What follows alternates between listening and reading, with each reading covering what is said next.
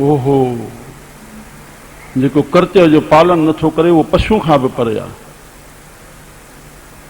धनवाननि ते संसार जी मां इन विषय ते खणा, वॾे में वॾी जवाबदारी आहे। ॿिन्ही खे साईं जो भजन करणो आहे। संसार में ॿ पद्धतियूं आहिनि, हिकु निर्धनता ॿी धनवंता। केरु केतिरो धनवान आहे, केरु केतिरो निर्धन आहे, केरु केतिरो दुखी आहे, केरु केतिरो सुखी आहे। पर विषय हाणे धनवान ते अचूं त निर्धन खे बि भॻवान जो भजन करणो आहे, सरधन खे बि करणो आहे। पर निर्धन कीअं करे, जंहिंजो हेॾो परिवार आहे वीचारो पालना करके असां केॾो बि चऊं त भॻवान ते रखूं, जी चिंता कीअं हटंदी, जोकी चवण जी ॻाल्हि थी वेंदी। इन जे लाइ धनवाननि ते फर्ज़ आहे पंहिंजे नगर जो, पूरे नगर जो उहा सर्वे करे। सफ़ेद पोशन खे घुरण न ईंदा। कॾहिं कोई चई वेंदो आहे मां साईं जेको ईंदो आहे हर भुर मोटाईंदो न आहियां, इन करण सां कमु पूरो न थी वियो। धनवान अॻियां घणो तुंहिंजो हिसाब किताब थींदो। इहो जर्नल शब्द आहे, इहो धनवान जे लाइ जवाबु न आहे। जवाबु धनवान जो कमु आहे सर्वे करे, धन खे शुद्ध करके। मां इन ते ॻाल्हियूं खणा, धन जमा न करणो आहे, अन्न जो विकिरो नाहे करणो, ज़मीननि जो विकिरो नाहे करणो। शास्त्रनि में मना थियल आहे। तोखे ज़मीन वधे ॿियनि खे ॾे, घर ठाहिनि, तोखे अन्न वधे ग़रीबनि खे ॾे, उहे खाइनि, लिखियल कोन्हे।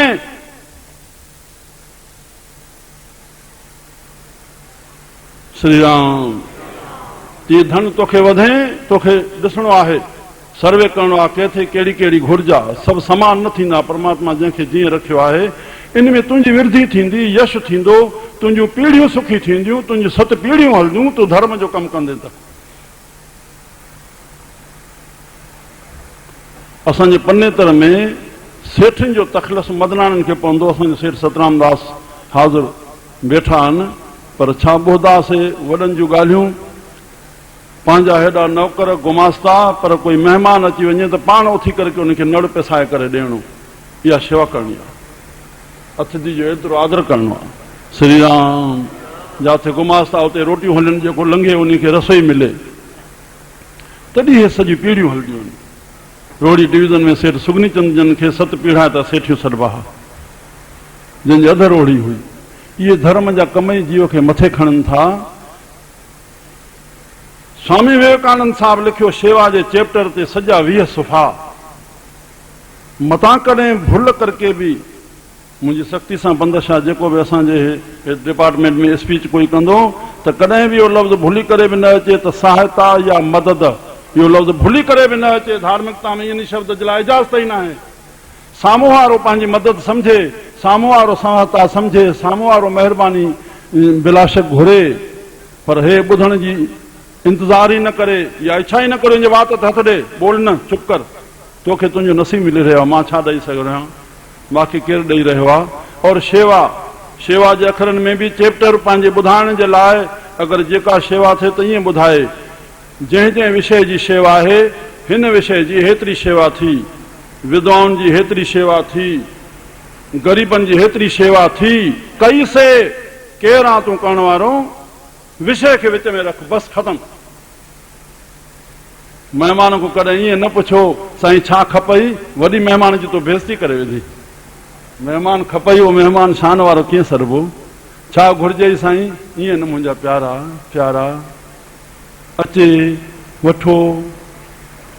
भंडार में जंहिंमहिल रसोई हलायो, छड़ो अखर चओ, साईं जल, सिंध जी सभ्यता, सभिनी में साईं, साईं पटाटा, साईं फुल्को, साईं हे, साईं हे, पर ईअं न त टपड़ अॻियां न हुजे, उहो पुछे, हुनखे घुरबो बि त बि न घुरंदो भलो माण्हू, पर अॻियां झले करे साईं पोइ फुल्को न त अधु ई वठो, न त बसि शइ पुछी वञो, कोई दिक़त कान्हे, आराम सां विषय खे रखो, न वठण वारो न ॾियण वारो। अहिड़नि शब्दनि खे विच में इस्तेमालु कयो जंहिंमें अहम न पैदा थिए, न तूं रहे न मां रहां, कार्यो रहे।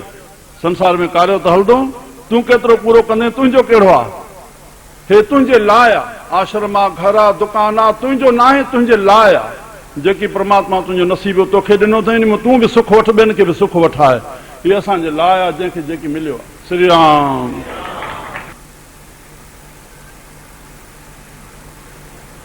धनवान प्यार सां नाम जपे सघंदो, हुनखे धन आहे, पर उन ग़रीब खे बि ओतिरे रोज़ी जो ॾे जंहिंमें हुनजे बचनि जो गुज़रान थिए, बसि तुंहिंजो कमु पूरो थियो त उहो आराम सां भॻवान खे जपे सघंदो, तूं बि जप, ॿिन्ही जो भलो थिए।